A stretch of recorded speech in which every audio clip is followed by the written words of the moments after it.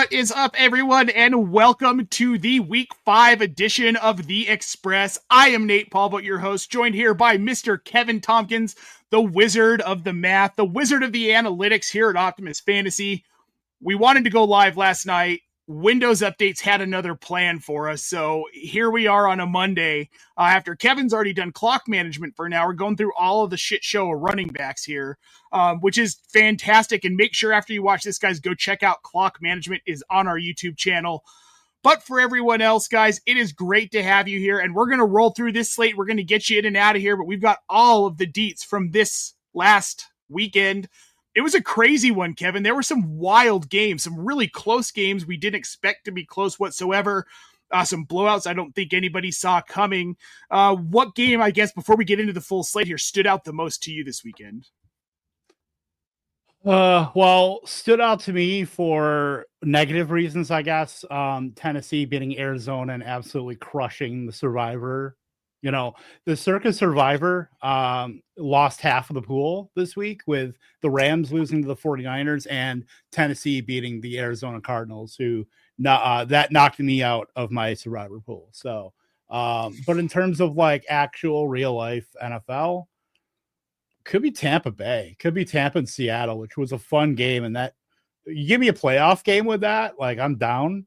Sam Darnold became Sam Darnold. We'll talk about that, but that was a very fun game back and forth. Oh, I loved every second of that game. The Tennessee-Arizona game was interesting, too, watching Cam Ward put it together at the end and the mistakes that Arizona made. And it was interesting when we thought Kyler Murray was going to be out with that foot injury. Ends up coming back, didn't matter. But let's get into the first one, Kevin. The Minnesota Vikings narrowly beat the Cleveland Browns 21-17 in London, in the debut of rookie Dylan Gabriel out of Oregon, taking over for Joe Flacco. The rookie has 190 passing yards, 2 touchdowns in this game. Yeah, Gabriel came on pretty slowly. Like the first half was not great, but he targeted the tight ends a lot. I think he went like almost a quarter and a half without even targeting a wide receiver. So like that's going to have to kind of shape up a little bit, but he got Njoku involved. He got Fannin involved. David Njoku had a little bit of an uprising here with 6 for 67, team leading 9 targets and a touchdown. I wouldn't be surprised if Njoku is a big time. Like we've had trade targets the last few years with like obviously Christian McCaffrey and some other guys, but I would not be surprised if David Njoku was dealt. He's on the last year of his contract, still has value, a little bit older. We know the Browns are in a youth movement right now, obviously with Gabriel and Isaiah Bond getting 86% of routes this week. Harold Fannin, Quinshon Judkins. So I'm not sure what like David Njoku does for your team at this point from a real life perspective, but like, I mean, there's some needy teams. Like I think the Chiefs could use David Njoku. Whether it's alongside, I mean, I don't know, they love Noah Gray, but the ability to add like a guy for probably what, a 5th round pick, you could probably trade for David Njoku. I think that'd be pretty nice. And that would obviously open up Fannin for everything. That would open him up to like 80% routes weekly. We know the upside he can bring. I mean, yard 4 for 13, still got in the end zone. Like that's totally fine. If you started him, like he's tight end 14 on the week. It's not like super great. Njoku's probably a little ahead of Fannin right now, but Fannin's like on the fringe where if you're feeling frisky, sorry, Lou, to be the bearer of news that will not be good for you and your Bills. But and then Jerry Jeudy, I pretty much said it. Maybe Jameis Winston made Jerry Jeudy because outside of like that whole half a season, Jerry Jeudy has been just awful stemming back to the Broncos.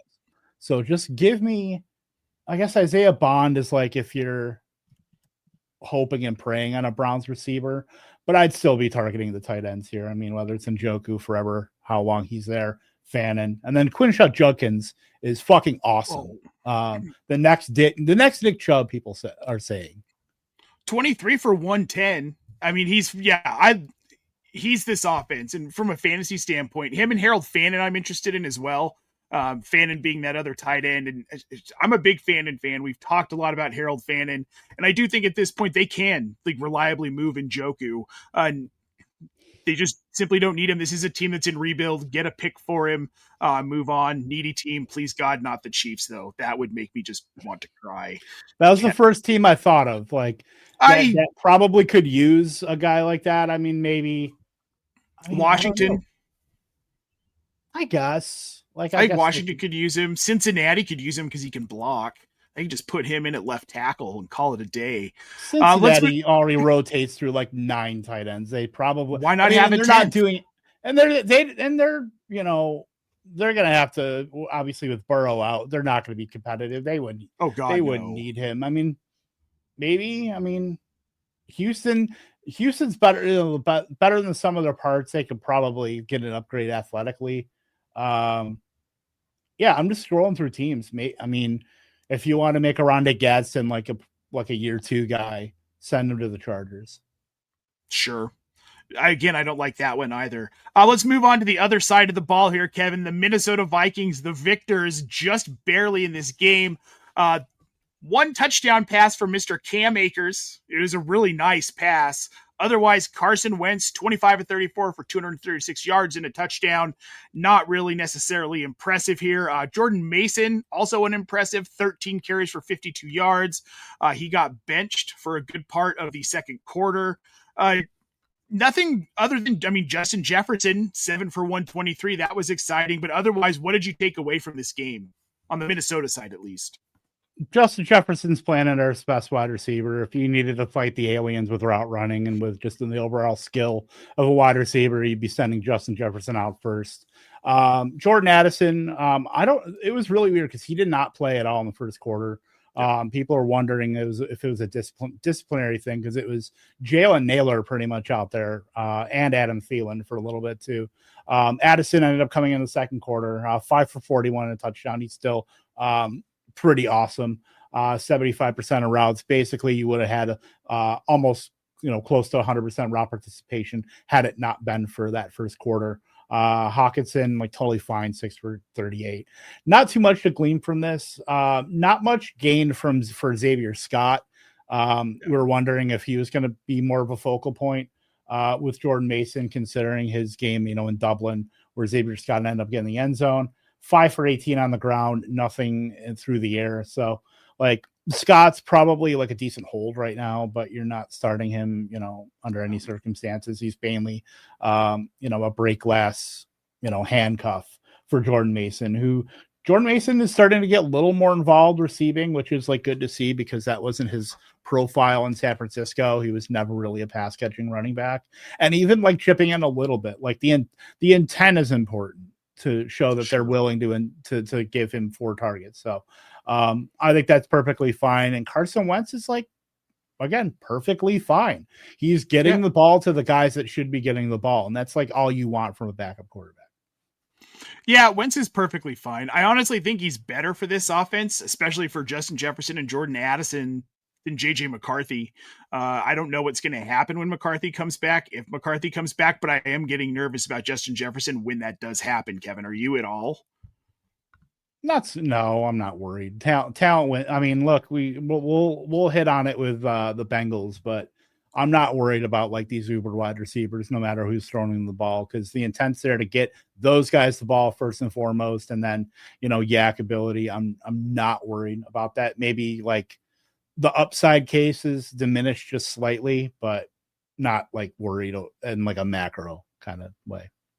All right. Before we get on to the next game, Kevin, we've got this question in the chat here I want to hit up. It's from Galaxy Pickers on YouTube.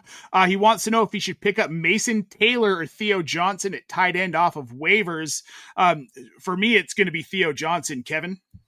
It's Mason Taylor. I think it's pretty obvious with 10 targets, 9-0-67. I know the game kind of got out of hand in terms of the passing game stuff. 54 dropbacks from Justin Fields, but this is a team that doesn't have a second target, and a tight end that can be the second target. Obviously Garrett Wilson is front and center, number one. Nobody's touching that, but you have a lot of ambiguity with guys that Josh Reynolds, who are getting 75% of routes, Arian Smith that's getting 63% of routes. outside of that, like Mason Taylor kind of sticks out, and the fact that he can command this kind of volume, I think, is bullish there. You're not going to get that every week, but now we know some of the upside. We know that he can earn targets. So I would go with that versus Theo Johnson, who is like fine and probably has a little bit of a runway with some of the issues they have in the receiving game there.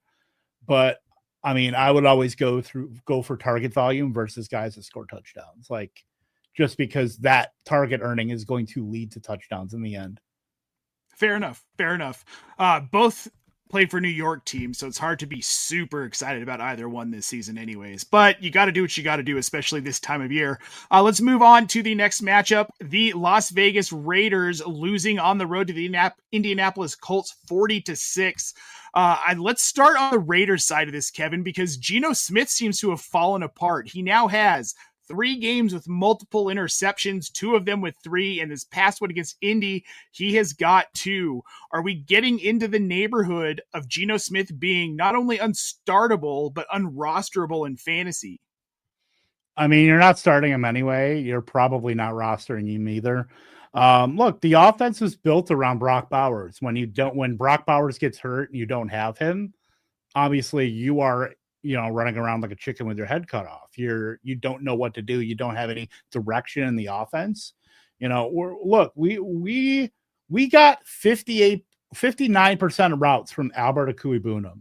I think that should tell you where we are with the Raiders right now. Jacoby Myers at 4 for 32, whatever. Trey Tucker 4 for 62, whatever. Like, this offense is broken right now because it doesn't have Brock Bowers, because he was the centerpiece of this passing game. Right now, the centerpiece is going to have to be Ashton Genty, 14 for 67. Like, he's been totally fine. Obviously, it wasn't his breakout last week, but like, you'll take 6 targets, 5 for 42 to help buoy that along. I mean, you still RB15, scored almost 16 fantasy points. Like, that's totally fine when you're able to produce on kind of both sides of the coin there on an offense that's just mismanaged, completely broken. Yeah, there's nothing really to talk about here. I think you kind of hammered it all. Without Brock Bowers, this offense is Ashton Genty. He wasn't great this past week. Definitely not his breakout week, like you said. So let's go ahead and move on to the Colts side of this. Jonathan Taylor, 3 touchdowns. He gets the hat trick in what amounted to a blowout. It was so bad. We saw Anthony Richardson get 2 passing attempts towards the end of this game here. Indy seems to be for real, Kevin. Daniel Jones seems to be for real, and Jonathan Taylor is having an RB1 season. Is there anything else to take from this? I mean, the passing game is like totally like Michael Pittman Jr. I know they haven't had Alec Pierce, but Adonai Mitchell's right now in the Caleb Johnson doghouse. Only 6% of routes. They talked up before like during inactives when that news was coming out. They talked up Ashton Doolin getting routes, and he did 84% of routes, 104 air yards, 2 for 55. You're not going out to roster Ashton Doolin, but that should kind of tell you that you should not be rostering Adonai Mitchell. Even though he almost got in the end zone last week, had we not fumbled before the goal line, which we'll talk about that specific scenario in a later game. Yes. But Josh Downs, 6 for 54 is like fine. I mean, this game was just like fine outside of Jonathan Taylor being 2024 Saquon Barkley, because that's pretty much what he is in this offensive environment. They didn't have to do too much heavy lifting on offense. It was mainly a lot of the defensive stuff, and then the run game with Taylor. Like for that, there's not much that comes with the offense. Tyler Warren had a touchdown too on 75% of routes. So I mean, nothing gaudy, but it's one of those 40-6, like a team win where everybody got kind of a little bit of the pie, but nobody got a huge slice. I think my biggest takeaway from this overall is that we can believe in this offense. Daniel Jones is a good NFL quarterback at this point. He's doing big boy NFL things consistently. Yeah. And same with Jonathan Taylor looks phenomenal. I was really low on him coming into this season, especially when we thought it was going to be Anthony Richardson, but he's done exactly what we thought he would do in the absence of Richardson. He's been phenomenal. So let's move on. Oh, go ahead. Oh, no, you're good. Oh, I was gonna say let's move on to the next game because I mean, again, this was a blowout. Not a whole lot to talk about here. This game was more interesting than it should have been. The New Orleans Saints getting their first win of the season at home, Kevin, 26-14 over the New York Giants. Let's start on the New York Giants side of this. Jackson Dart, after what was a pretty impressive debut, he throws 2 interceptions to 2 touchdown passes, and those 2 coming early to Theo Johnson. He just looked disjointed against a mediocre defense in New Orleans. This team altogether looks just disjointed to me. Yeah, you're gonna get that from Jackson Dart. He's still, he's a rookie on a second start. I mean, you kind of have to expect some kind of hiccups here, and this is clearly one of them. I mean, the Saints are. I've said it. They're better than the record has been. They're kind of spry in terms of they play fast, they play with teams. And then obviously a similar team in terms of like where they are in the NFL right now, the Giants. Nobody's calling the Saints or Giants Super Bowl, contenders by any means. There's definitely in the bottom half of the league, but those are teams that if you're going to be like decent, those are teams you should beat. And, the Saints got their first win. As far as the Giants go, Wandale, we were expecting him to carry some volume, and he did, but it just was inefficient, or not inefficient, but not really mattering. 5 for 30. Scatabo carried some volume. He had 21 opportunities for over 100 yards. I think it was 104 yards, 15 for 59, 6 for 45. And that's what you want to see from like a running back like this, where Cam Scatabo is not just going to be completely game scripted out. You like Genty, where you're still mattering in the receiving game. So that's going to boost up your floor considerably to where you go from like a bottom end RB2 to like a guy that you can confidently start no matter the game script, they're going to still be involved. So the plane is basically being built out of Cam Scatabo right now in this offense. 69% of the snaps, nice. 61% of the routes. He did lose some touches to obviously Jackson Dart on the ground and then Devin Singletary, Singletary is going to be involved because he's such a great pass protection running back. And he's always going to get his in terms of like a few carries here and there, maybe a reception or two. He had 2 targets today, but you don't have to worry about Singletary encroaching on Scatabo unless Scatabo just completely falls off. But you'll love to see that from Scatabo, just getting on the receiving side, as well as, in a game where you still lose by 12. You're getting 100 total yards, 6 targets. We just wanted to throw this up here. Quick injury update. Brock Bowers is currently considered week to week by Pete Carroll. So just something to monitor there. Let's move on to the other side of this game. The New Orleans Saints finally victorious. Spencer Rattler, 21-31, 225 yards and a touchdown. He's been over the last 4 weeks mildly efficient. He's been playing decently. He's up to QB 20 right now in fantasy. Granted, it's been against some weaker defenses, but is there anything to this? Like, are we watching him grow up in front of our eyes, Kevin? I don't know if we're watching him grow up, but he's like a 3-year-old right now. Last year, he was a newborn, where he's developing some motor skills, but he's you're not gonna go out and start with Spencer Rattler in week 6 or wherever. You're not going out and do that, but it's nice to know that like he's holding off Tyler Shuck. Maybe that's a low bar, whether that's to be, something that's a positive for him. I think it's still probably up for, up to interpretation, but he had a nice throw to Rashid Shaheed on that long touchdown. He's feeding Chris Olave some volume. Weaker game out of Juwan Johnson, 2 for 17. Still a strong role, even with guys like Foster Moreau and Taysom Hill back. By the way, Taysom Hill, 6 rushing attempts, -1 yards. I believe he had a drop back as well. So the Taysom Hill stuff, maybe on the back burner for a little bit. But my main takeaway from this game is like, look, we talked about it pre-show about Kendry Miller encroaching a little bit on Alvin Kamara. Now, Alvin Kamara's looked awful so far this season. One of the lowest success rates of all qualifying backs in the NFL through 5 weeks, down there with Saquon Barkley, Christian McCaffrey. It's not great. And there's a reason why Kendry Miller is encroaching a little bit on Alvin Kamara. So maybe they're finally starting to see like, hey, maybe we need to get another running back involved. I don't think this is a situation where you're going out to start Henry Miller, but I still think you should be rostered probably half of leagues or so. Like if you're in a deeper league, you should be rostered almost universally. But if you're in like a typical 12-team league, he's probably floating out there. And if you have this bench spot, because I know bench spots are pretty valuable, like he's worth adding to see if this is something that can grow versus adding him after this upcoming week and having to pay 15 to 20% of your fab if he scores a touchdown on like 70 total yards. Yeah, so I just want to throw this out here, and this will be in our Unpacking the NFL Week 5 article that's coming from Carly Major later today. But this is how the snap shares have adjusted through each week, first 5 weeks of the season between Kendre Miller and Alvin Kamara. And I think this is notable. They're at almost a full split here as we go into week 5. Alvin Kamara down from 72% to 53% last week. So like you're saying, I don't think that you necessarily run out and grab Kendre Miller unless you have the spot and you can afford to be speculative on him and see if this continues. But he's definitely worth paying attention to, Kevin, for sure. All right, let's move on to the next game here.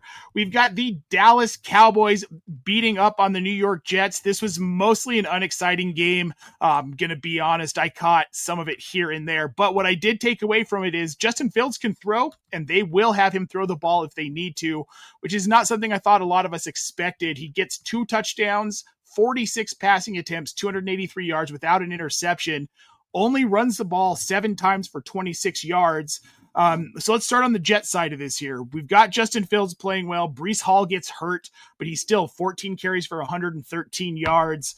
The touchdown equity doesn't seem to be there. Garrett Wilson is the only receiver who gets a touchdown in this game. I don't know what to do about this Jets offense. I like Justin Fields. It seems like it's going to be inconsistent the rest of the way, especially against a Dallas defense that you would have thought he would have been able to rush more against. You're not worried at all about Garrett Wilson, no matter how the state of this offense, and this offense has not looked great, in totality, but you're not worried about Garrett Wilson by any means. 6 for 71. He got a late touchdown, which definitely helped in DFS, at least for me. And I know a lot of people play Justin Fields and Garrett Wilson together. So that definitely helped a lot of people. 9 targets, didn't lead the team in targets, though. That was Mason Taylor, 9 for 67 on 83% of routes. I think it's a clear signal that he's stepping up in this passing game when, it's not the highest bar when you're talking about Josh Reynolds and Alan Lazard and Arian Smith and Tyler Johnson, obviously Jeremy Ruckert has been getting snaps. That's whatever. But yeah, it's good to see that someone else is kind of stepping up. And I do want to see if this is something that's going to be, more of a trend moving forward, like looking at Mason Taylor right now, just looking at what he's done. Pulling it up right now. Yeah. Where did it go? Here we go. Yeah, he's been pretty much a 70 to 80% routes guy the entire season. But right now his season total is 76.6% of routes on the season. And he had a 5 for 65 game that I think we might have glossed over it a little bit.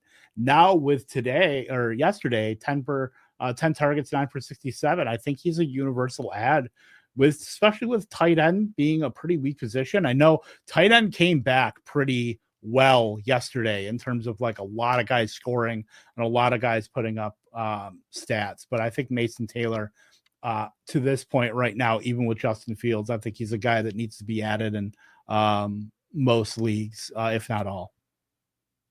Yeah, I'm with you. If he's going to see that kind of volume, and I kind of feel like we should have maybe seen this coming. He's 88% snap share, 72%, 74%, 81%, and 84%.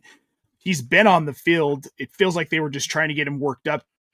And again, Josh Reynolds, Alan Lazard, that's not really major competition, especially for a tight end in a Justin Fields offense. Remember, Cole Kmet had a really good season with Justin Fields at quarterback. Yep. So, and for me too, that has to be that, and Garrett Wilson.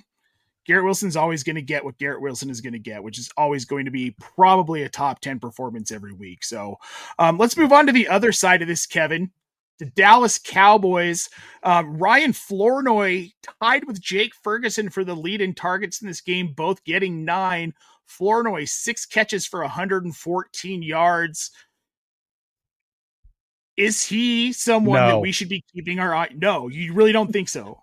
With Des Bryant out for God knows how long, if he's going, him and Jake Ferguson, I hear what you're saying, right? Because Jen is as plugged in as everyone else is. She knows what's going on here, and she says, "Who's Ryan Flournoy?" I mean, but here he goes. He gets 9 targets. Yeah, like he's fine. He only ran 64% of routes. It's going to be very hard for him to get routes going forward with Jalen Tolbert. You know, obviously Pickens and Tolbert are mainstays on the outside there, and then obviously guys are mixing in the slot as well. Like Pickens has not gone into the slot. He only was in the slot 6.7% of his snaps. So he is like he is pure X receiver. And that's and that's something that the Cowboys talked about, that they didn't want to put too much on Pickens' plate, especially with Lamb out. They didn't want to move him into the slot. They want him to get used to being the X receiver, because obviously with Lamb moving into the slot and 3 wide and then playing flanker and 2 wide, you know, they want to be able to have Pickens there to not have to worry about moving positions. So they're going to keep him there for the most part. It's going to be Tolbert and Flournoy that are going to be apparently Tolbert on the outside, and then the Flournoy kind of mixing in 11 personnel. Like, that's totally fine, but I don't see like a full-time role here for Flournoy. He got well over, you know, some of the other guys like Jalen Cropper and Jalen Brooks. A lot of Jalen's, by the way, on the Dallas Cowboys, especially wide receivers. That must be a handful for the wide receivers coach there. But do I think Flournoy is going to be a guy? I don't right now. Perhaps, you know, we could certainly be wrong. I think this is more of a blip on the radar right now, but who knows? Something could grow out of that if that's something where maybe him and Tolbert flip-flop and Flournoy's running like 90% of routes. So deep leagues, you could probably throw a flyer on him. I wouldn't put a lot on Flournoy, maybe a buck or two of fab if you're like really wanting to just kind of be the speculative bidder on Flournoy with fab. But like Pickens 2 for 57, a touchdown, awesome. You know, Jake Ferguson 7 for 49, 2 touchdowns. He keeps his tight end one season alive. You know, he's been fantastic. Kind of surprisingly, because I've always called him the Dalton Schultz we have at home. But you know, maybe Jake Ferguson's a lot better than Dalton Schultz at this point, certainly. But and then look, Javonte Williams is awesome. 16 for 135 and a touchdown. Absolutely strong role. Been awesome in the metrics in terms of like next gen stat stuff. So who am I to really talk, you know, crap about Javonte Williams? Leading the league, by the way, and positive rush yards over expectation, plus 133 over David Montgomery, over Quinshaw Junkins, over J.K. Dobbins, over Bill, over Travis Etienne. So I can't really say anything. 51% success rate as well. Like, yeah, you just throw your hands up. You're like, all right, this is what Javonte Williams is. I was a known Javonte hater heading into the season, maybe a little snake bitten for being a Broncos fan and watching what he did here. But you can't argue with what he's done this season. He's RB3 in PPR. He's only had 1 game below 15 carries. And that was week 3 against Chicago. He saw 76 yards. He was still double-digit fantasy points. He's going to keep doing it every week. He works in this offense. He works well with Dak Prescott. His legs are working, and until he gets hurt, like, you got to ride the Javonte Williams train, and a Jake Ferguson too. I mean, he's got he's at 48 targets now. He had 86 targets for the entirety of last season. So this is trending more towards what he did in 2023, where he was overall PPR tight end 9, had 102 targets. I think that's more his range this season now. And I kind of think he's being treated as such. And then just to add for like Javonte Williams, 5.7 yards per carry right now. And look, the guys behind him, like Miles Sanders has been hurt. Jaden Blue just got his first game action in the NFL. Like, that is set up, you know, as far as the runway of like guys behind him, where he has no competition for any of his touches right now. It is basically dependent on what the Cowboys want to give him, what Brian Schottenheimer wants to give him. So look, this is a train you got to get on and just ride it as far as it goes.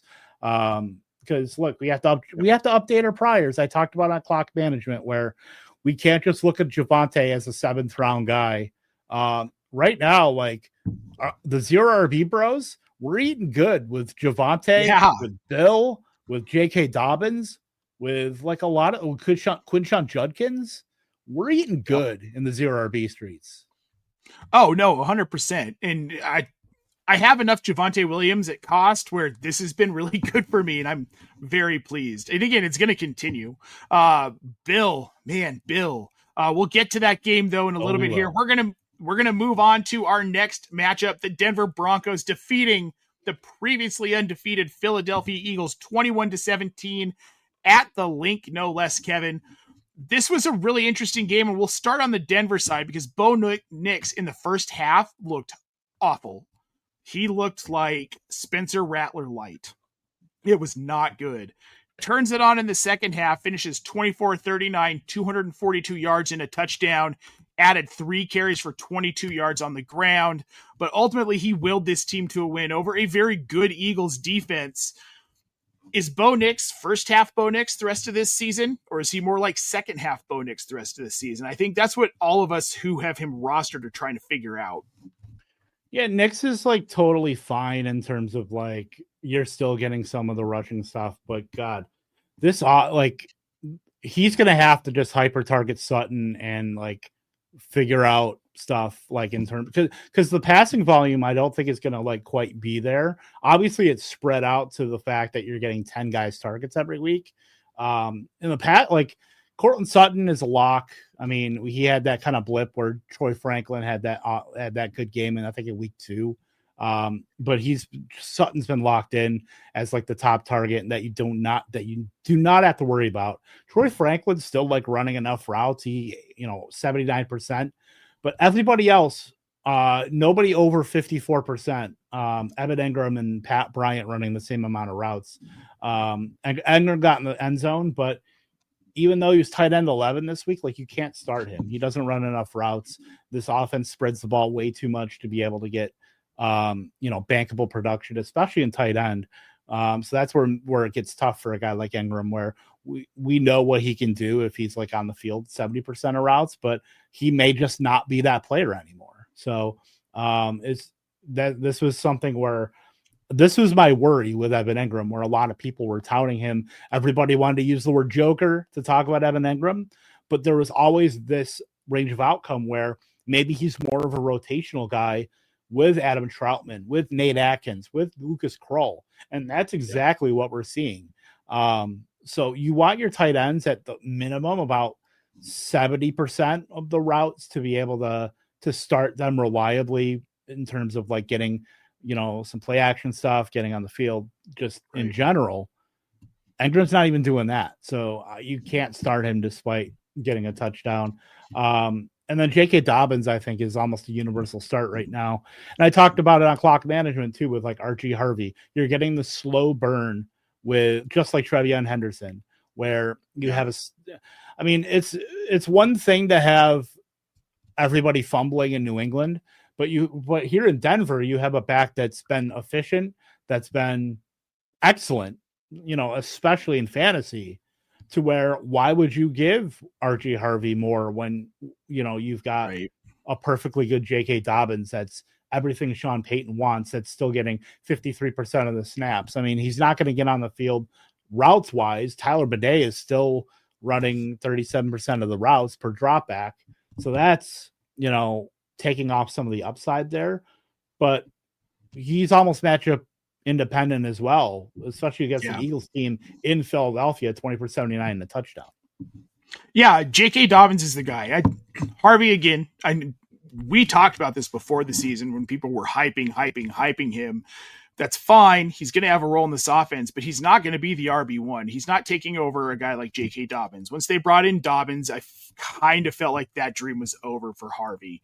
And that's fine because he's been efficient and they're going to keep just doing what they do. If you can get 15 to 20 carries a game out of Dobbins, you're going to get 70, 80, 90, 100 yards out of him, and you're going to get a touchdown. And in fantasy, That's all I want from these guys, especially when you're drafting 0 RB and you're getting them in like those mid to later rounds and they're producing. Javonte Williams, J.K. Dobbins, 2 phenomenal examples of that. And for me, I never expected J.K. Dobbins to really get any passing work. So even 1 catch is just kind of a nice little present, I think, for Dobbins owners. Let's move over to the Philadelphia side of this. Again, Jalen Hurts did not look phenomenal, but still goes 23 of 38 for 280 and a touchdown. Saquon Barkley, far less impressive, 6 carries for 30 yards. Hurts only has 2 carries for 3 yards in this game. Big receiver being Devontae Smith, 8 catches for 114. He was targeted 10 times. A.J. Brown targeted 8, 5 catches for 43. And that's kind of the gist of the Eagles offense outside of a few receptions by a couple of the tight ends. It's Saquon Barkley. Let's start there. I'm concerned about this. Yeah.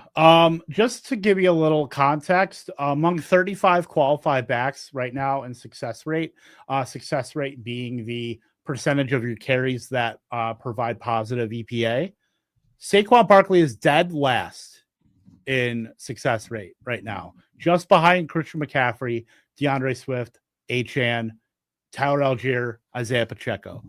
Like he's still RB9, so it's not like you're not starting the guy, but drafting Saquon Barkley in 2025 as if he's a 1-for-1 copy of the 2024 Saquon Barkley, I think was very foolish. I don't think that anybody expected this kind of, this offense being mismanaged like it is. To this game with 45 dropbacks from Jalen Hurts felt very much like almost like a bit. I talked about this earlier today, where it feels like Nick Sirianni was like, A.J. Brown and Devonta Smith, you want to complain about getting targets? All right, we'll throw the ball a ton. We'll only give Saquon Barkley 1 carry in the second half. We'll give him 6 total, and we'll see how the offense does. And look, they lost at home to the Broncos. And now, Sirianni wants to go, see what happens when you do that? Trust the coach. That feels like something Sirianni would say.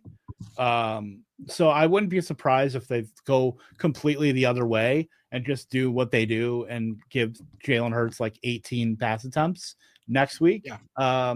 But yeah, you got volume in the passing game for like once. You got Devonta Smith was, deep shots all over the field, and he was bringing down 8 for 114. He was awesome.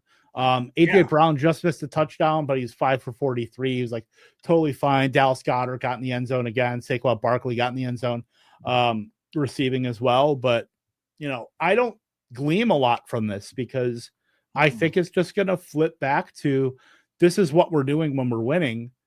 And unfortunately, it's inefficient Saquon Barkley versus what we had last season. So that's going to be, the ceiling is chopped almost in half when you're looking at what Saquon Barkley can do, in a given week. But I think that's cause for concern for Barkley's like overall fantasy value, where if you're like getting RB9, RB10, that's clearly not what you drafted him for.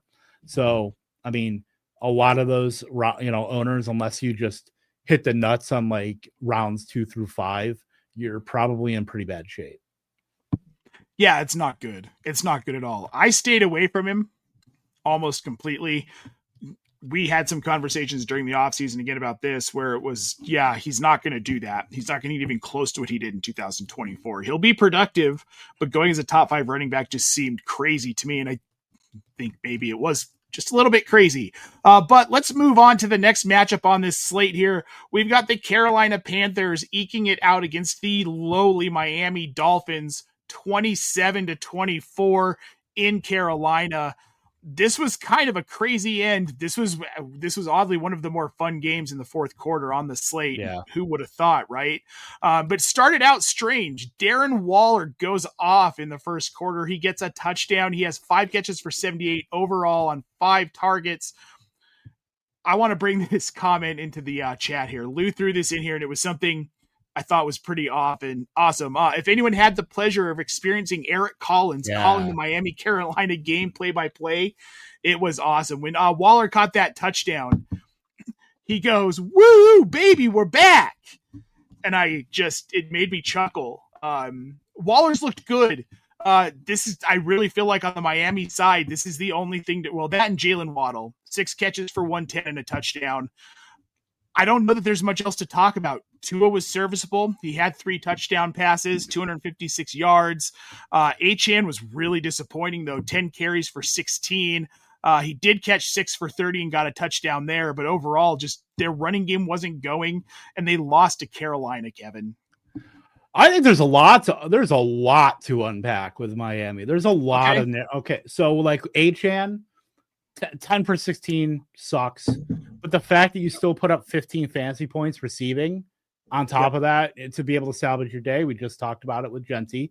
We just talked about it with Scatabo. Like that's what you want from like backs that you're starting every week, is that you're not completely sunk if you still RB14 on the week. Like you're not completely sunk if you pull up a 10 for 16 game. Like that's awesome for Achane. So we know that's always been in his bag. So obviously Waddle 6 for 110 and a touchdown's awesome. 9 targets, led the team.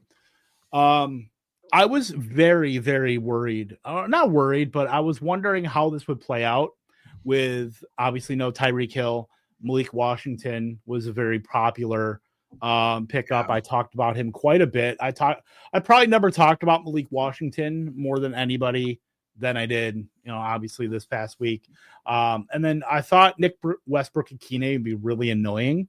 He was annoying in terms of that he ran 73% of routes. He didn't earn a target. Right. But it looks like that Nick Westbrook-Ikine is going to be the sacrificial X receiver for the Miami Dolphins getting on the field. Jalen Waddle is going to be your Z flanker. Malik Washington is probably going to be your slot guy that comes in, and probably he's not going to stay on the field in 2 wide receiver sets. So that really takes Malik Washington out of like your flex consideration. But he's still going to be able to get some manufactured stuff, which is good that he's going to stay in like that role.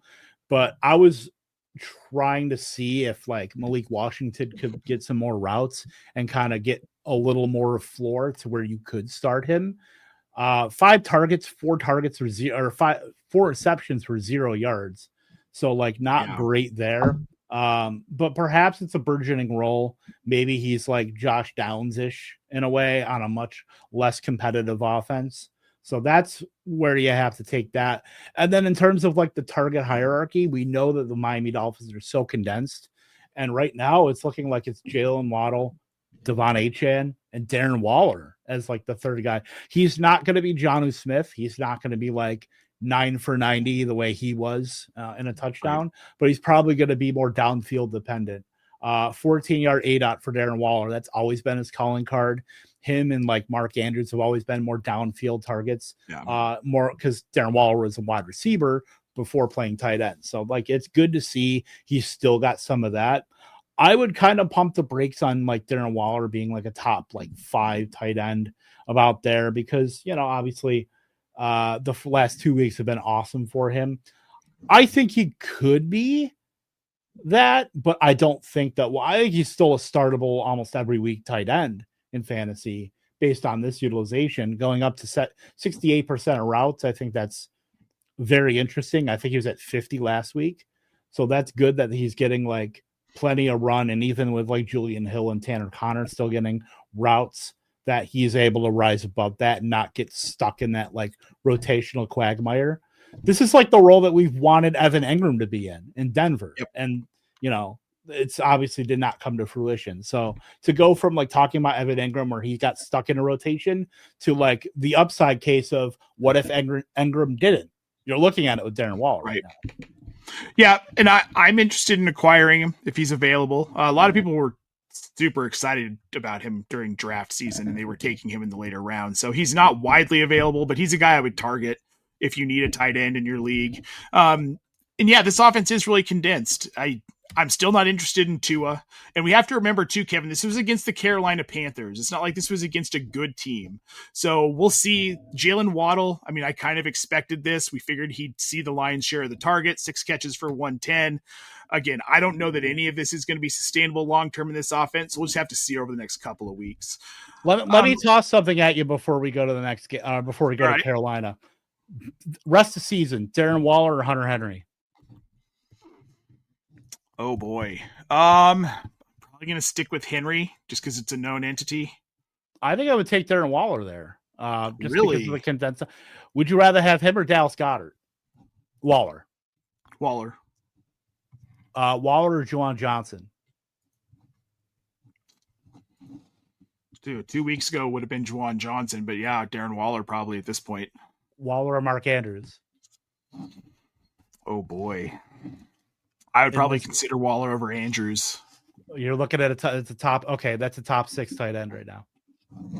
Okay. Just, you're looking at all those guys in the periphery of, fantasy points per game in PPR. Hunter Henry is tight end 5 right now. Goddard's tight end 8. If you're taking him over like those guys, obviously I'd probably still take like Tucker Kraft over Waller, but I think it's closer than people want to realize. So I think right now Darren Waller is the top 6 tight end. With this utilization, if he's going to be getting targets in like that condensed trio of Waddle, Waller, HN, and then the fact that he's ramping up his routes as well, I think he very well could be the most productive part of this offense, receiving part of this offense. As we get down, he could be the guy that opens everything up for like HN underneath, for Waddle underneath, underneath an intermediate. Waller could still be like a deep threat. Like he still has the athleticism. Like he's looked really good. He's playing like he wants Kelsey Plum back. That's where we're at right now. I don't think he's getting her back, man. But but he put up a pretty compelling case. Let's move over to the Carolina side.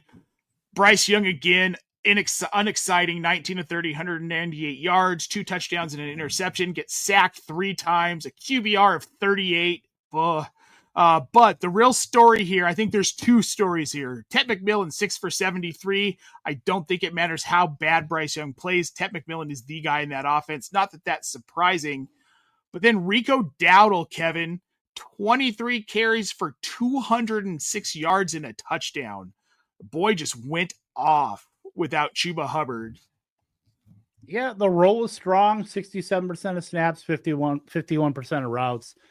This was a ride the hot hand if there ever was one. Rico Dowdle might be the worst 200-yard rusher in NFL history. Not to say Rico Dowdle's bad, because he's not. But you gotta understand Carolina was riding pretty high and just fed him the ball, and he was on the Jordan Flu game or Walt Frazier game. Like he was, the NBA Jam. He's on fire. That you're not mistaking him for Adrian Peterson or Jonathan Taylor. But it probably means that if he's getting another start, you can probably start him. You're just clearly not expecting 206 yards. I was actually surprised that they didn't get Trevor Etienne more involved because DJ Dallas was also active for this game. It was kind of annoying in terms of like the third down stuff where Rico Dowdle kind of came off the field in those situations. But Trevor Etienne, I know, is a guy they like that they drafted late. And, I know they paid Rico Dowdle in free agency, so that's whatever too. But if Rico Dowdle gets another start, like he's perfectly fine in terms of like an RB2. But if you're expecting these generational games, obviously you're kind of crazy. Ted McMillan, the fact that he can produce like this pretty independent of how bad this offense is should only tell you how good Ted McMillan is. So he's a universal start no matter what. Anybody else like missed me with Xavier Legette. By the way, Xavier Legette, that touchdown 2 for 31 brought his yards per round run up to 0.17 on the season. So beautiful. That's right down there with everybody else. Demario Douglas and guys like that. Jalen Hyatt, gotta love it. Yeah, I've got Lou Brunson in the chat here. Daddle had to get pulled late in the game because of cramps due to carrying the Panthers on his back, or he'd have gone for 300. I mean, Miami's bad. Miami's they're a bad team. They're a bad defense. If you're battling with Carolina and losing, you're bad. I mean, we'll talk about Atlanta here later because they're bad too. But let's move on to the next one, Kevin, because I'm tired about talking about these mid teams. We're going to go over to a surprising matchup. Houston destroying the Baltimore Ravens 44-10. Houston is very mid, but apparently Baltimore. We go from the mid teams to another mid team that happened to blow out a team without their quarterback. And that's all it is. That is, if Lamar Jackson is in this game, you can probably reverse the score. But that's how much Lamar Jackson means to this Baltimore team. You think you sent the tape? You think you sent the tape to the NFL league office to be like, you want to snub me for MVP? You want to give it to the guy who just got engaged to an actress? Let's. Is she? I don't know why she's famous. I'm going to be honest. I think she's an actress. I think she sings too. Got like bless her. That's cute and all. Lamar Jackson should have won MVP last season. He 100% should have won MVP. Well, okay. Cooper Rush goes 14-20 for 179 yards, 3 interceptions. Derrick Henry, 15 carries for 33 yards and 1 touchdown. Without Lamar Jackson, is Derrick Henry startable? Yeah, I know that seems like a silly question, but I mean, you got to start him, but you run without Lamar Jackson, you run the risk of being game scripted out in a lot of weeks. So that's the danger with Derrick Henry. And he got in the end zone. It kind of salvaged a little bit, but you're always going to have Justice Hill out there running routes. Look, they took Keaton Mitchell out of the mothballs. They took Chris Johnson in 2025 out of the mothballs with Keaton Mitchell. So I think that might be a little bit interesting as well if he's going to end up working in tandem with, I don't know if it's in tandem, but if he's going to be taking a little bit off the top of Henry, I mean, that downgrades him just a little bit. But you're still starting Derrick Henry. You know what Derrick. Yeah. Week 1 against Buffalo. Lou knows. I'll just say that. But and I only said that because he said that. So But in terms of like the passing game, like Zay Flowers is really your only start. Even like guy like Mark Andrews, I don't think you can start with Cooper Rush there. The passing game is clearly less than without Lamar Jackson's efficiency. Like you can start Zay Flowers as like a flex play, but other than that, you're praying for Lamar Jackson to get back. Yep, you're just praying for Lamar. All right, let's get back to the Houston side, to get over to the Houston side, rather. CJ Stroud putting in a decent performance for the first time all season. He goes 23-27 for 244 and 4 touchdowns against Baltimore. All that Woody Marks hype. He goes 7 for 24 on the ground. No targets. Well, he had 1 target, no catches, no yards. Nick Chubb leads the backfield, 11 for 61 and a touchdown. What did you take away from Houston? I mean, I don't think you can take a ton away because of the matchup and the lack of Lamar Jackson, the lack of scoring on the Baltimore side. But are they getting better, or is this just still a mid team that got lucky one week because Lamar Jackson was out? Baltimore's defense is pretty terrible. I think they're right there with like Miami in terms of, especially in the passing defense. So even a guy like CJ Stroud could take advantage. Obviously, when you have Nico Collins, that certainly helps things too. Yep. Missed me with Xavier Hutchinson, like in totality, 71% of the routes, caught 2 touchdowns. And I think it was, I forget who said it, but they were basically had an all-pro team that was missing from their defense. Had like $125 million of their salary cap that was inactive. So that's obviously tough to not have too. But Jalen Noel got loose for a touchdown. That was a nice little play that they had from like, I think it's 7-8 yards out. But it's still a really annoying like route share. Like even Nico Collins got pulled. A lot of their starters got pulled, so you can't glean too much from it, but they still play Christian Kirk maybe a little too much. They play Xavier Hutchinson way too much. They want to get some of these rookies out there. You would hope, but that's a slow burn too. Dalton Schultz is like fine. He's running routes. It's whatever. 5 for 60 on 6 targets.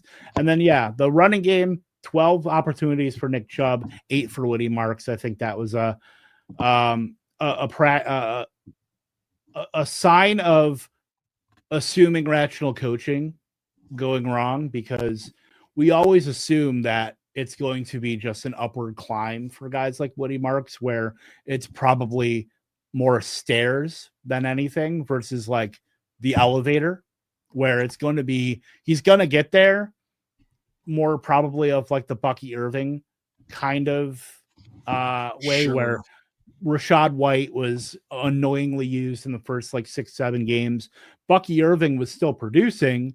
It just wasn't quite there. And then you finally got the flippening, in like week 9, week 10, where it's all right, we're seeding this backfield to Woody Marks, and Nick Chubb is going to be involved no matter what. Right. And probably going to be very annoying for anybody that rosters Woody Marks, but we just can't expect it to have one game and then boom, like it's flipped. I think that's kind of foolish, but we just have to kind of stay the course with Woody Marks and just accept right now that he's probably a low end RB2, more of a flex play right now in good matchups to outside, he's not a universal start by any means right now. No, it would be nice if he was. And given Nick Chubb's volatility health-wise, there could be a point where he does end up taking over this backfield out of necessity. But more than likely, you're right. It's going to be a slow burn. Let's move on. I don't think there's too much more to talk about here. Let's move on to a game that, we might have even less to talk about. The Tennessee Titans getting their first win, and rookie quarterback Cam Ward getting his first win this weekend over the Arizona Cardinals, 22-21 on the road, no less. Cam Ward's heroics in the fourth quarter get them this win.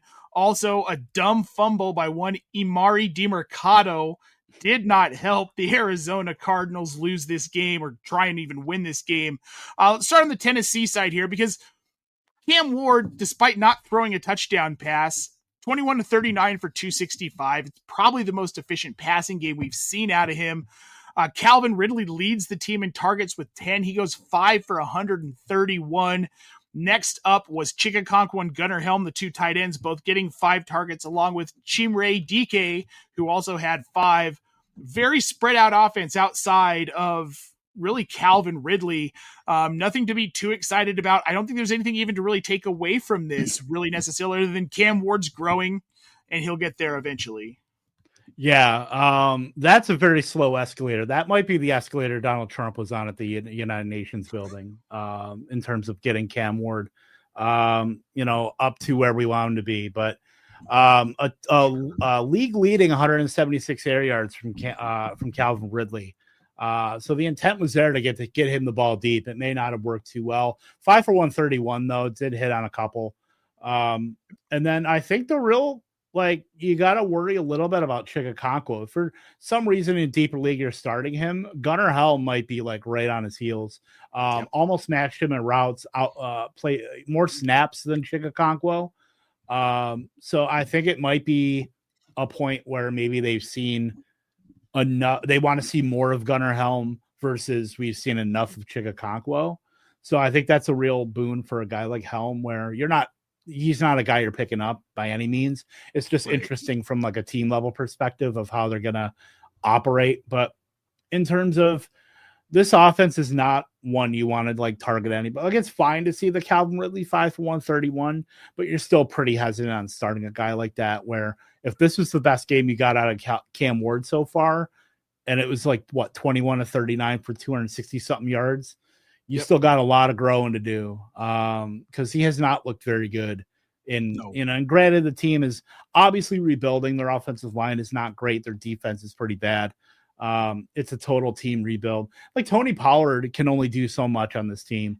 14 for 67 at a rushing touchdown, 3 targets, 3 catches, 11 yards. still RB12, so he's technically an RB1. We'll see if that holds after tonight's Chiefs Jaguars game. But the role is still strong, even with Tajay Spears coming back. Spears had 4 carries for 14 yards, didn't really factor too much. Only 23% of the routes, 25% of the snaps. So the role is still firmly in Pollard's favor. It could be a ramp up for Spears as they get him back into the offense, but nothing you have to worry about on that front. Yeah, I was thinking the same thing. Tajay Spears will be a ramp up. He'll be a point at some point, probably like week 9, 10, where it's like, oh yeah, no, I can flex him now. But for now, it's not there.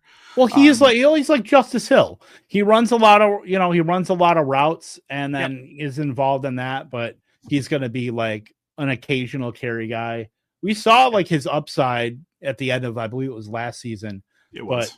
But, we'll see if it like manifests anything, but I don't think it will. I think they're still pretty tied to like, we want to give Tony Pollard, as much as we can give him to kind of give Cam Ward a little bit of like a respite. Sure. All right, well, let's move on to the other side of this one. The losing Arizona Cardinals. They're now 2-3 and 1-2 at home, Kevin.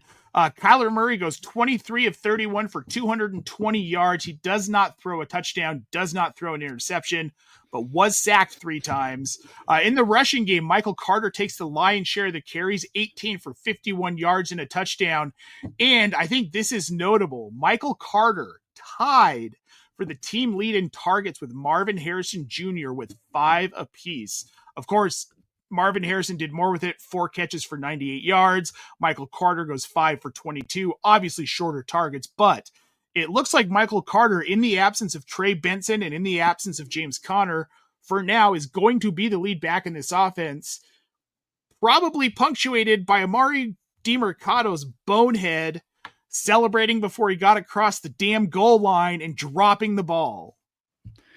Yeah, Murray DiMercado is probably going to be stuffed in one of those wooden boxes and put into a warehouse like in the end of Indiana Jones. Yeah. That's the way it probably should go. We'll see if it does. But yeah, that was a terrible play. And that is what turned the tide for the Tennessee Titans. The fact that they didn't go up 3 scores after what we thought was going to be a touchdown. That let Tennessee right back in. And, obviously they won that game. But yeah, if you read the Angles and Leverage article that comes up every Saturday on Optimus, I pretty much nailed this backfield, like in terms of Amari Mercado staying in his third down role, Bam Knight getting occasional carries as like the Chris Rodriguez type, and then Michael Carter getting most of the work and then some of the receiving work as well, because he's had the most starting experience, in terms of having like a decent starter level workload going back to his time with the Jets. And then he's always been a pretty solid pass catcher as well.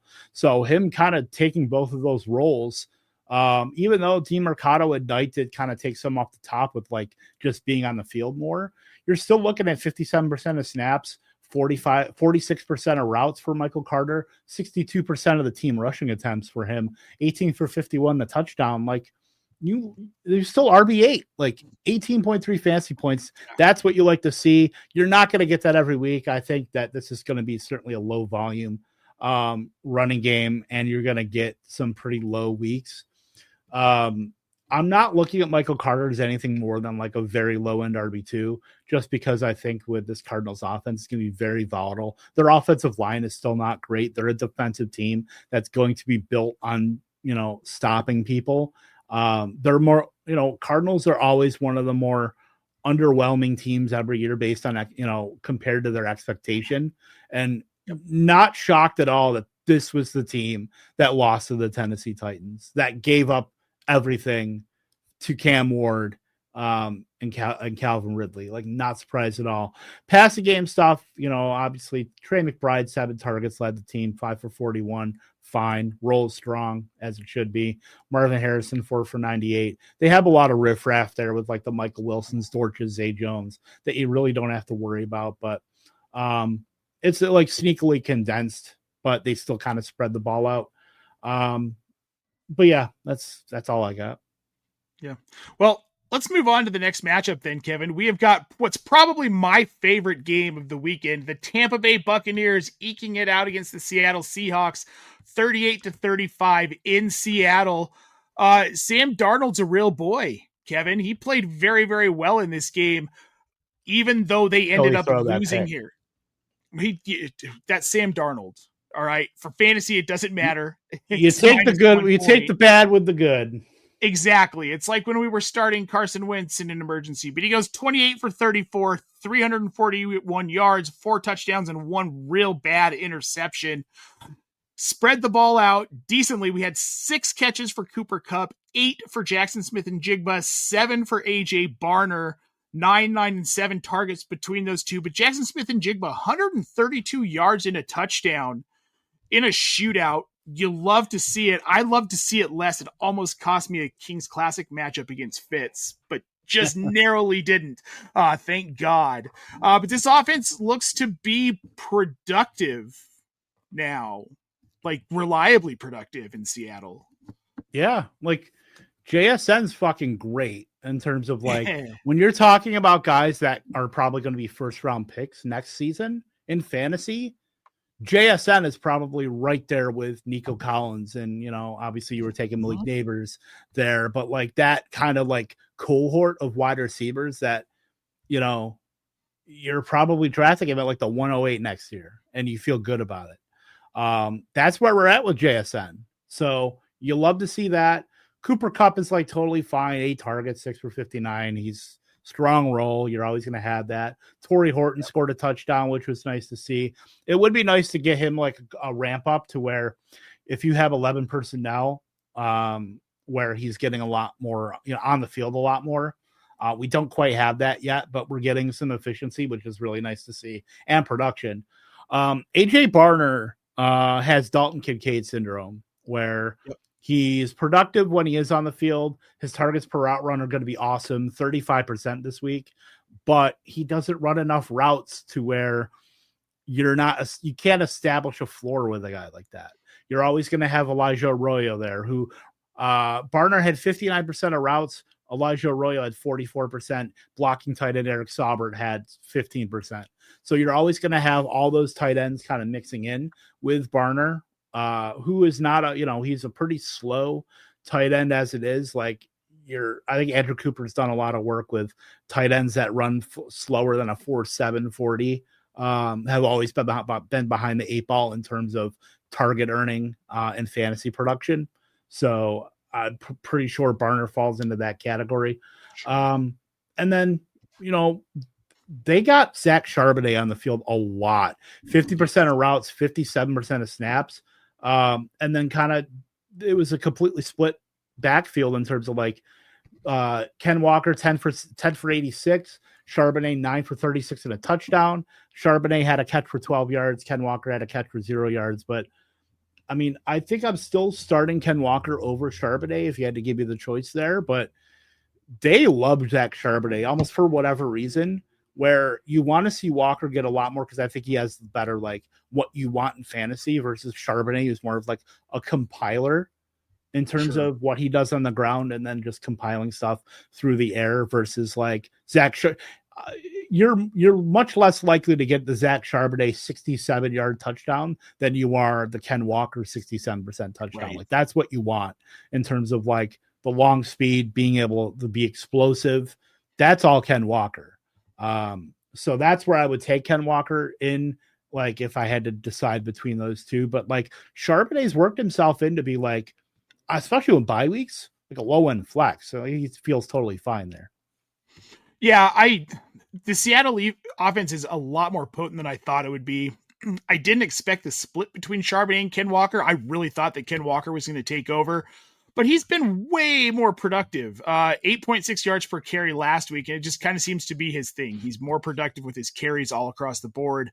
Most weeks, he had 8.8 yards per carry week 2, 4.26 yards per carry last week against Arizona. So let's move on to the other side of this one. My favorite team, my favorite quarterback, Tampa Bay Buccaneers, the victor in this game. Baker Mayfield goes 29 to 33 for 379 yards, 2 touchdowns, QBR of 90.7, and he spread the ball out quite a bit. We had 5 guys with 4 catches, 2 with 3, and then Emeka Egbuka led the team with 7 for 163 and a touchdown. My biggest takeaway from this one, we'll get into the running backs in a minute, but my biggest takeaway is Emeka Egbuka is the guy in this offense. As long as there's no Mike Evans and they're rolling Chris Godwin back very, very slowly, he's going to see the majority of targets until both of those guys are healthy.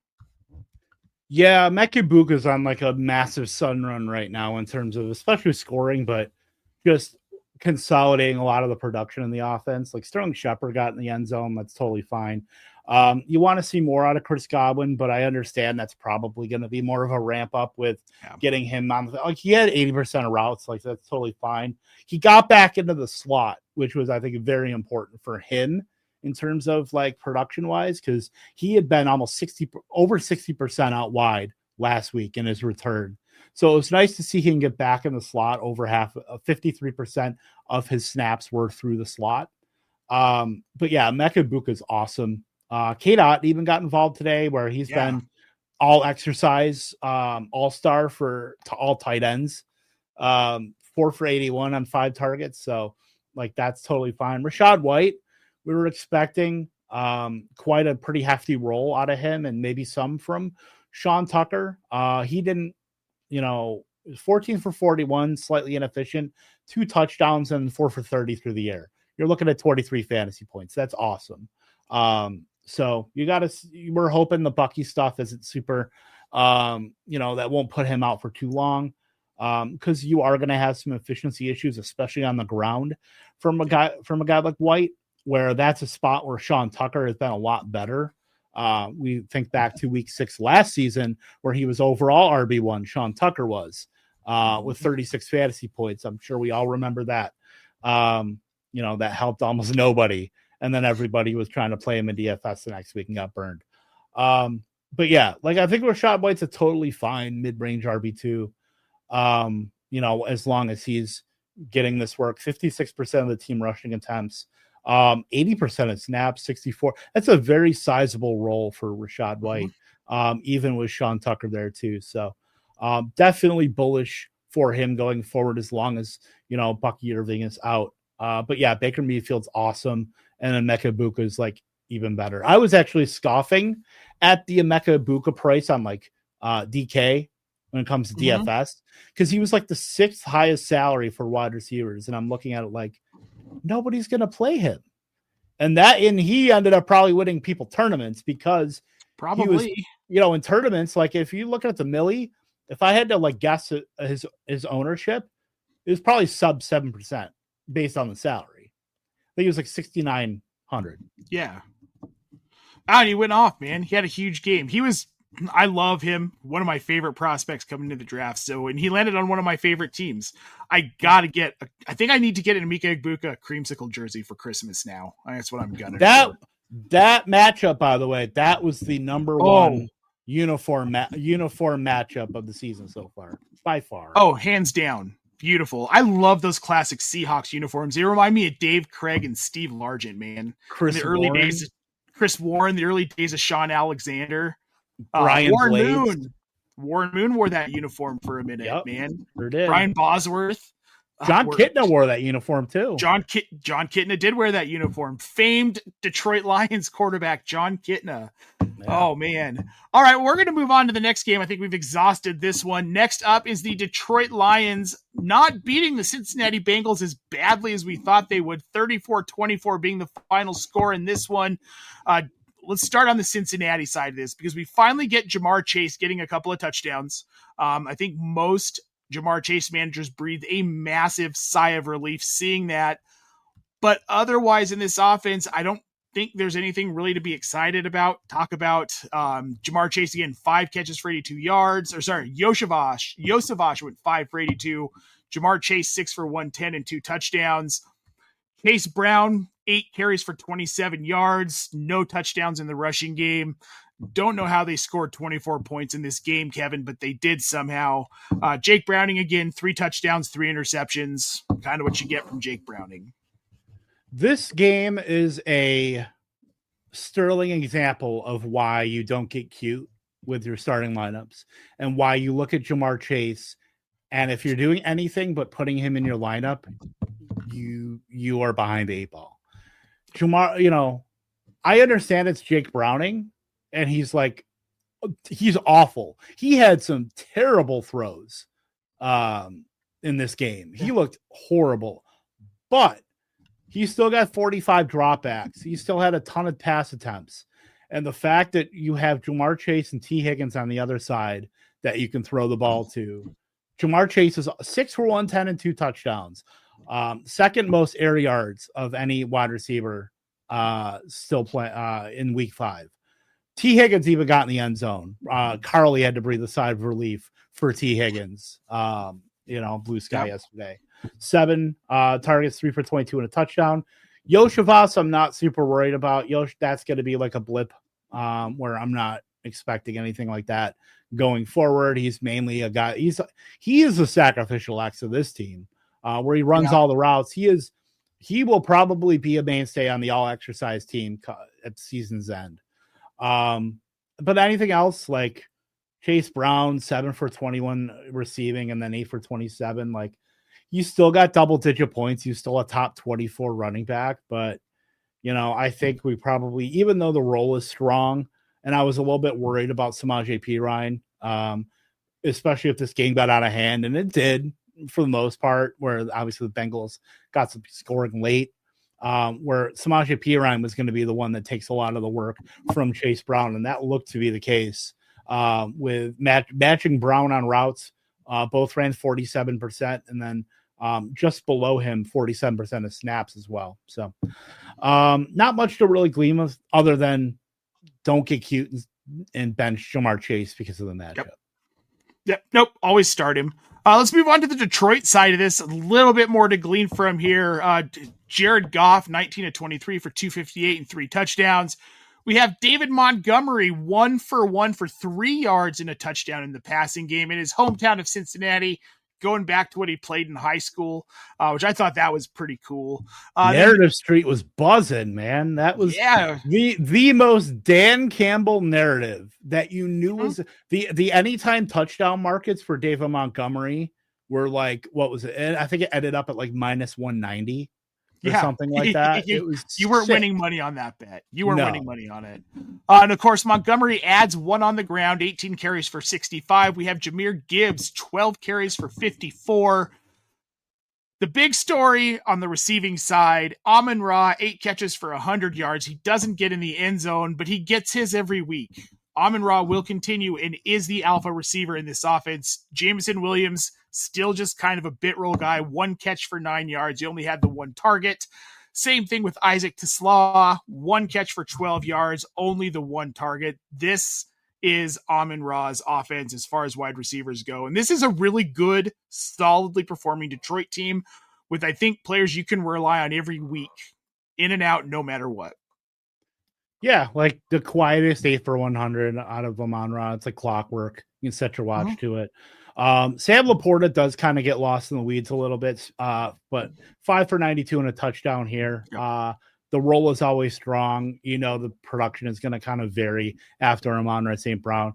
Obviously, it doesn't vary for Jameson Williams, who, has been incredibly quiet over the last few weeks, where I forget who said it, but he looks more like the Mecole Hardman of this offense right now with what he's doing. Where he's very tough to start right now, even though know that the everything is strong in Detroit, where you have an offense that's not afraid to throw when they need to. Obviously the environment's great, but Jameson gets really lost in the weeds.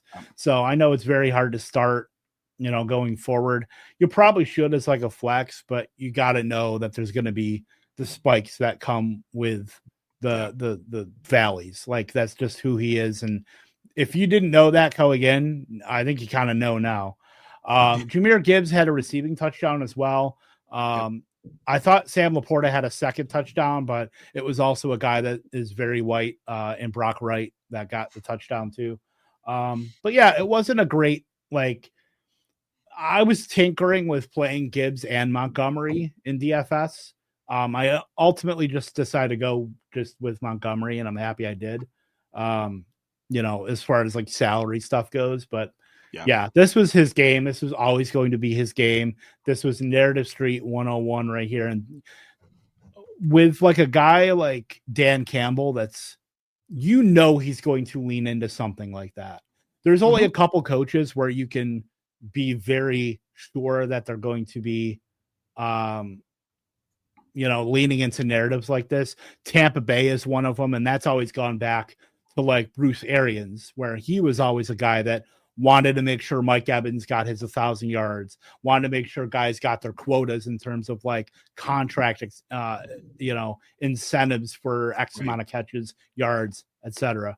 So like Dan Campbell's like front and center of like this. So anytime you have like a narrative, I know this is like a very, very unique use case, but this is a guy that, like, if Amon-Ra St. Brown is playing, in front of Equanimous and, his bodybuilding father, that has like some sort of weird complex, in Vegas, fire up your Amon-Ra St. Browns. Not that you're not anyway, but, narrative street. Well, yeah, no, for sure. And you love to see it. I love David Montgomery.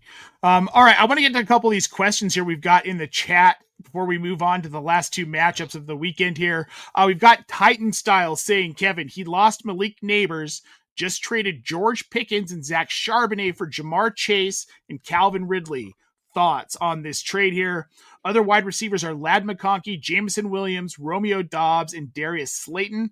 His other running backs are Saquon Barkley, Travis Etienne, Woody Marks, Ramondre Stevenson, and Trey Benson. Like, it's fine. I mean, I think technically you got the best player in the deal in Chase, but obviously it's a depressed environment for the Bengals. So it's probably a wash because I don't really value Ridley that much in the Tennessee offense. And, Charbonnet has a role, is like fantasy relevant, but also has contingent value as well in the Seattle offense. That's a lot better than we expected it to be. I think it's fine. I mean, obviously you're starting, Jamar Chase and Ladd, and I mean, depending on who has the better matchup, Ridley, J-Mo, whatever. Yeah, I think it's fine. Yep, same. We've got this one for Real Kev wants to know, Chiefs or Jags tonight, Kevin? There's only one for Real Kev in this whole thing. You're looking at him, but you know what? I'll cede that to you for the purposes of this question. The Chiefs, and it's going to be very ugly. Yeah, I think so too. Stats Project over on Twitch, trade Ramondre White for Travion Henderson, Nick Chubb, or neither. Run to the podium to see if you can do that for Chubb. Run. Until he gets hurt, he's going to see the volume. I mean, Woody Marks will have his games like we talked about, but Adrian Peterson wants to know, was offered Pickens and Kyron for CMC. Would you do that? No. I would not. I don't think I would. No, I wouldn't. CMC is too valuable. He is that whole offense, and they're so banged up, and they keep getting more and more and more banged up. If we're going to see a lot of Mac Jones, I want to see a lot of CMC on my rosters. So literally wide receiver 5 with just his receiving stuff. Yep. Like, what are we doing? Yep. All right, we're going to move on to the second to last matchup of this slate that we will be discussing this fine Monday afternoon. This one, we've got the Washington Commanders dealing away the Los Angeles Chargers, winning 27-10 on the road at SoFi Stadium, even though it probably felt like a home game because the Chargers don't have any fans in LA. Just still such a weird thing to me. But every time they have a home game, it feels like a road game with the fans. So it's funny because they came from LA and then moved to San Diego and went back to LA. Well, LA's had too many damn teams. That's the real problem. And too many transplants. Let's start on the Washington side of this. Jaden Daniels back from injury. And those of us who were way overexposed to him were very pleased.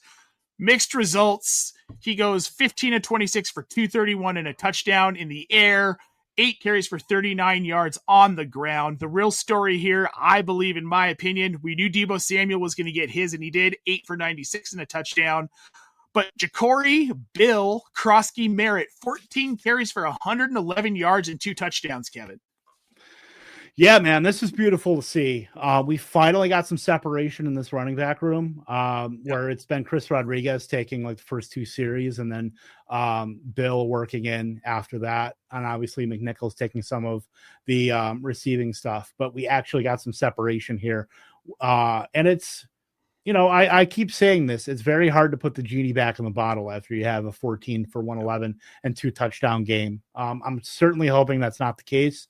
But you're talking about a running back that's been massively efficient, and this has been kind of building up. And now we got the volume to kind of prove that thesis. Of all running backs, we just talked about success rate being the percentage of runs that have been positive EPA. 60.5% of Ja'Cory Krosky-Merritt's rushes this season have been positive EPA, leading all qualified rushers in the NFL over Kyren Williams, over Javonte, over Jahmyr Gibbs, over James Cook, over Breece Hall, over Bijan, over Tony Pollard, over Ken Walker, Jordan Mason, you name it, everyone. Bill is at the top. Yep. So this should have happened sooner, but I'm, just be glad it happened at all. So yeah, exactly. Yeah, I think you have to look at Bill right now as you shouldn't be hesitant, but I understand some of the hesitancy with a guy because it's hard to go against what you've seen and then you get a data point that says, that really hammers home the intent to one guy. You want to believe like what you've seen the most versus the one that outlier. But I think we're now at the point where you have to be starting Ja'Cory Krosky-Merritt in every league as at least a low end RB2 with a lot of runway here in a good offense. Now that has Jaden Daniels back. Yeah, I'm all about Bill going forward here because they cleared out a lot of the riffraff. Like Chris Rodriguez only had 5 carries for 7 yards. Only 3 opportunities for Jeremy McNichols, 16 opportunities for Bill for 150 yards and obviously the 2 touchdowns on the ground, which was also because of some consolidation in the passing game too, where Debo went 8 for 96 and a touchdown on 11 targets. No other pass catcher had over 2 targets, and Bill only had 2 for 39. Everybody else had 1 catcher or nothing. So very, very condensed here in terms of the passing game stuff. But Bill was the highlight, the, gold star, probably my favorite note of all of week 5 was the rise of Bill. Well, he's running back 5 this week before we head into the Monday night game with 26 PPR points. This was inevitable. And like you said, they cleared out the riffraff, right? Chris Rodriguez getting 5 carries for 7 yards, wildly inefficient. Jeremy Nichols getting the 1 carry for 6. And I think that's kind of these Rodriguez and Nichols. I think this is their ceiling for volume in this offense now that we've seen what JCM can do. This was a perfect week to do it because this is a week where you really didn't want to overburden Jaden Daniels with a lot of volume and a lot of work if you could avoid it because he's coming back from an injury and specifically a leg injury. And they did bring him back slow. I think the consolidation of targets kind of changes. Obviously, when we get Terry McLaurin back from injury, whenever that is, he's going to get his share back. But Debo's a guy I want to start every week, and I didn't think we were going to have that in this offense. I thought he was a little bit washed, and as it turns out, he's not washed. So, which is great. And I'm excited to see Jaden Daniels back. Me and my 5 leagues that just got decimated without him. Except Ryan Flournoy saved my ass yesterday in King's Classic. I picked him up at 5 minutes before kickoff, and it worked out for me. Oh, boy. I know, man. I know. That was like the luckiest. Let's move on to the other side of this. Really, again, not a lot to talk about other than maybe some concern here. Justin Herbert going 22 of 29 for 166 yards, 1 touchdown, and 1 interception. Was sacked 4 times for 24 yards. Herbert also led the team in rushing, 4 carries for 60 to Omarion Hampton's 12 for 44. Keenan Allen's the team's leading receiver, 5 catches for 58 yards. Ladd McConkey gets in the end zone. He only had 5 catches for 39 yards. And that kind of sums up this offense. Quentin Johnson at a disappointing 4 for 40. Keenan Allen, again, we kind of touched on him. Nothing super impressive from him. 5 for 58. 9 targets led the team. Yeah, passing game Chargers were death by 1,000 cuts, but they were the ones who died. It's nice to see Ladd McConkey get in the end zone, though, and shut some people up about the Quentin Johnston, wide receiver 1 ascension. Do I think Quentin Johnston's going to have a lot, he's going to have better weeks? Absolutely. He already has. But I think Ladd McConkey, I think dispelled some of the, Quentin Johnson, then Keenan Allen, and then Ladd McConkey kind of stuff. But yeah, I think the main, thing with it's Omarion Hampton and his injury, left Washington, left that game was seen in a walking boot, to where now if we got a multi-week absence here, it's gross, man, because you're looking at Hassan Haskins taking early down work, Kamani Vidal taking passing game work. You're looking at a complete split that you don't really want a part of. Like, you could probably got to bid a couple bucks on Hassan Haskins, and then you're hoping and praying for a touchdown. But yeah, he's not going to see anywhere close to the volume here. But yeah, so I mean, yeah, that's basically it is either. We've seen who Hassan Haskins is. We've seen enough of Kamani Vidal to know he's probably not a difference maker. Right. This sucks for the Omarion Hampton stuff because obviously he got a great run out in the first week of the season. And then you had Najee where he was still kind of being worked in, but Najee was a thorn in his side. Obviously, Najee got hurt.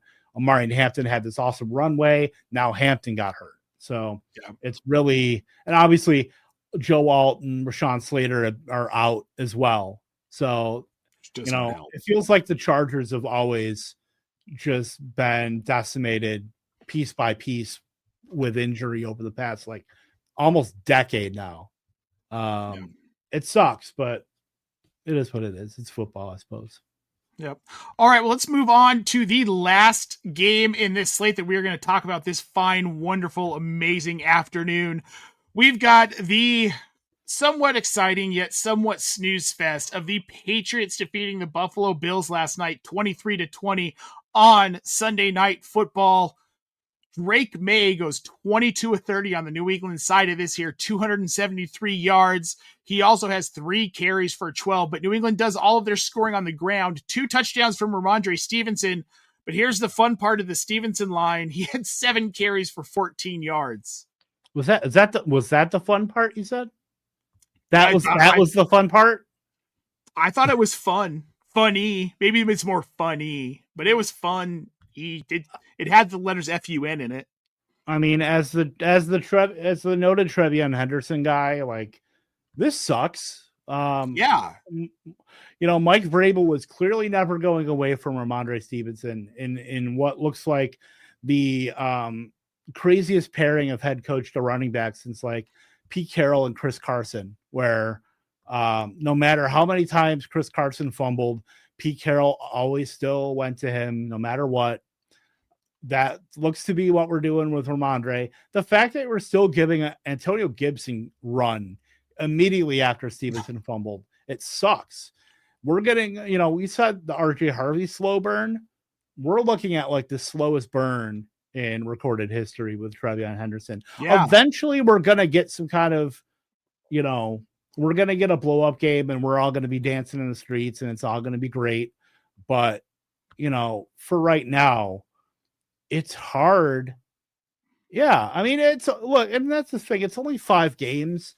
And I know we're in a society where we want all the good stuff. We want it all and we want it right now, immediately. But we have to exercise some patience. But I know fantasy teams can't exactly be patient, especially if you're 2-3 or 1-4 or, right. 0-5. Hopefully it's not the case there. So that's where it makes it tough to where you have to get production. And if you drafted Trevion Henderson like the 6th round, and this is what you're getting, you're basically getting the RB 40. Yep. It's a tough pill to swallow. Passing game wise, like 10 for 146 in the Stephon Diggs revenge game. Drake May is awesome. What he's done with like this receiving core, I think is damn near miraculous, because obviously the whole is much greater than the sum of their parts.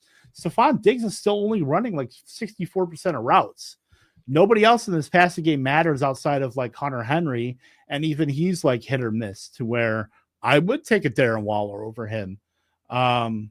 Just based on some of the how spread out these targets are. But like Stephon Diggs in the last couple weeks has been putting his stamp and saying, all right, MFers, I'm like the top target on this team. I'm not going to get Demario Douglas, for the first 3 weeks of the season like I was.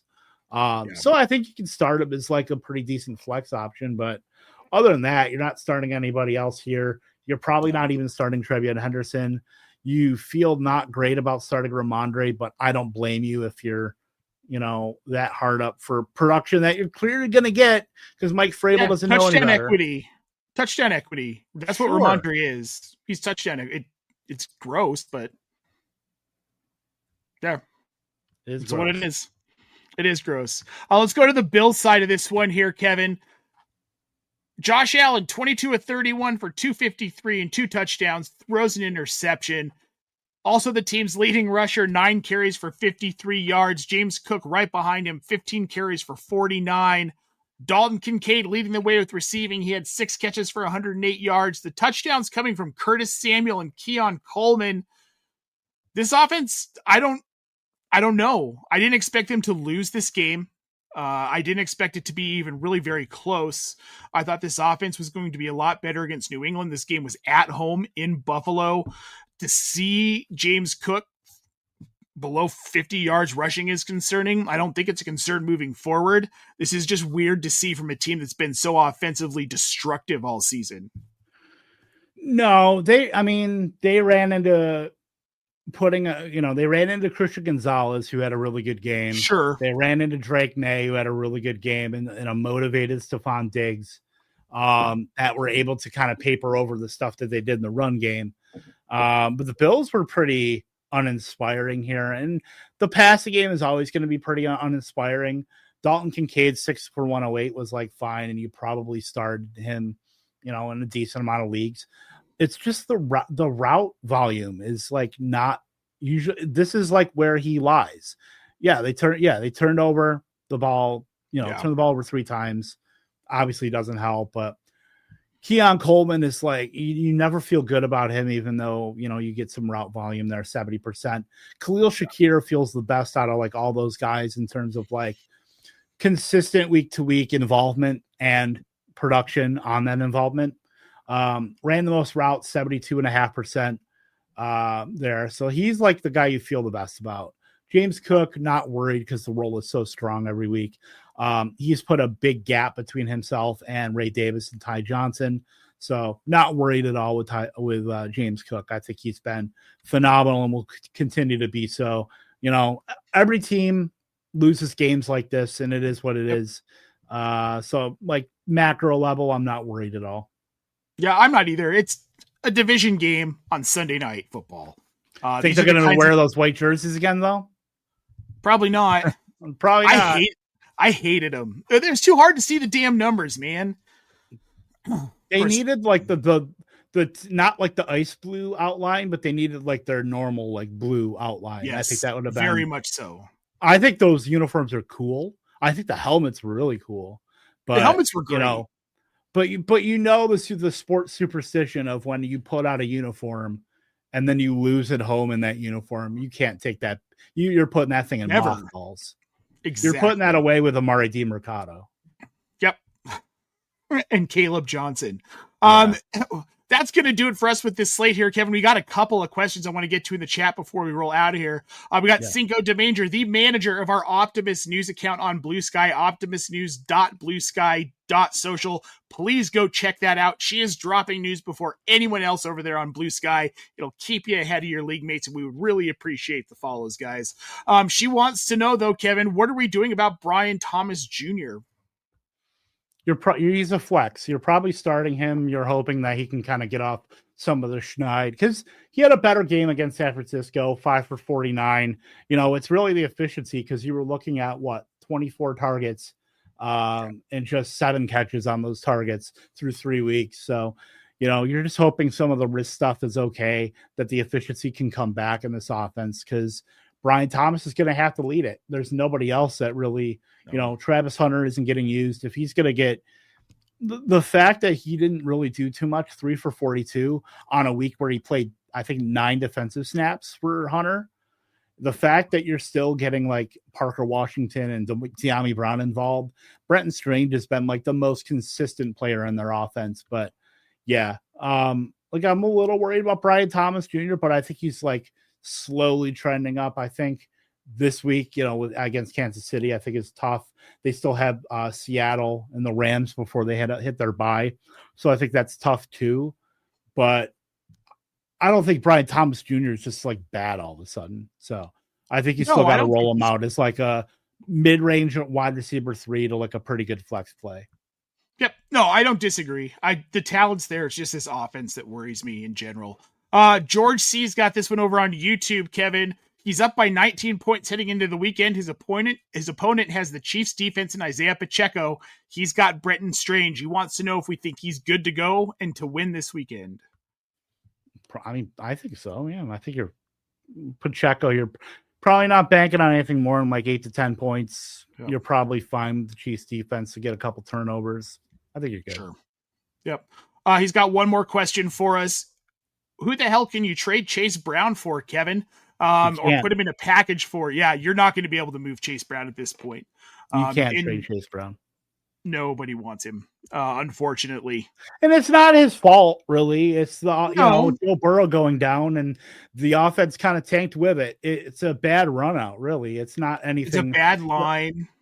Yeah, it is what it is. Yeah. And and I know it sucks. Trust me, I have a couple Chase Brown teams too, and those teams are pretty much sunk. But yeah, like it is what it is, and I don't think anybody really has a lot of optimism on Chase Brown to where you have to sell it. You're going to have to trade him for pennies on the dollar if you do trade him. Yep. We've got this one from the Average Texan 1. What do we think about Woody Marks and his role moving forward? They've been thinking about picking him up off the waiver wire, Kevin. We did touch on this right now. Yeah, I'm going to tell you, we touched on it here, but I go over to my clock management video. I did talk about Woody Marks when the report card grade. I went very in depth about Woody Marks rest of season. I do think he's certainly worth picking up over the waiver. Absolutely. If he's out there on waivers, go pick him up. But we talked about him earlier on in this stream, and then go over to also on Optimus Fantasy, my stream on clock management. I talked about Woody Marks and Nick Chubb pretty extensively, probably for a good 5-7 minutes about that entire backfield. So go check that out. Yep, you can check that over on YouTube, The Average Texan. Thanks for tuning in. We appreciate it. Last one here before we get out of here. The Crypto Raccoon over on YouTube wants to know, well, first of all, what's up, guys? Great show. Thank you very much, sir. We appreciate it. Traded Chase Brown and Kyron Williams for Trey McBride and Alvin Kamara. What do you think about this trade, Kevin? I think it's about even, but, Brown and Kamara are both very, obviously lower end guys right now based on the states of their offenses and how they're being utilized. And then, obviously if you're trading Kyron, you're probably pretty good at running back and Brown and needed the tight end. So I think you're fine. Yep. I think so too. I think it was a good deal. Real quick here, Adrian Peterson, we did answer this earlier, but I'll give it back to you real quick. Do not make that deal. Make sure that don't do it. Don't do it. And we agree with you. Hit that like button, guys, and make sure you subscribe while you're here. Whether you're watching us on the replay, you're listening to the audio version, or you're watching live now, we definitely would appreciate those likes and those subscribes. We have a lot coming the rest of the week. If you're new here, Kevin was earlier live with clock management going through the running backs. I will be back this evening with Evan Sather for the Waiver Wire show at 8 p.m. Eastern Standard Time. If we didn't get to your questions, go ahead. I was just going to say before, we're on the road to 500, but we need 2 more subscribers to get there. Two more. We would love it. If you're not subscribed, it's free. Help us out. Look, let us get to 5. We like those round numbers. Certainly. Yeah. We don't like it hanging to 498. No, and maybe we'll throw a party. We'll have we'll get the party team, the party planning committee on it for us, right? There you go. Yeah. If you are watching or listening to the audio version here and you have questions for us, head over to our Discord channel. We have waiver wire advice, dynasty discussions, best NFL bets, DF advice, and lots more. The link is in the show description. And after you're done, head on over to tools.optimusfantasy.com. 25% off your first 4 months with the promo code OptimusFall. It's all of the data tools, the snap analyzers, the red zone analyzers. It's going to show you the players that are about to bust out so you can set your lineups and get ahead of your league mates. Folks, thank you so much for tuning in today. Like I said, I'll be back tonight with Evan Sather at 8 p.m. Eastern Standard Time to roll through your waiver wire options as we head into week 6. Until then, I'm Nate Palvote. He's Kevin Thompsons. We'll see you next week.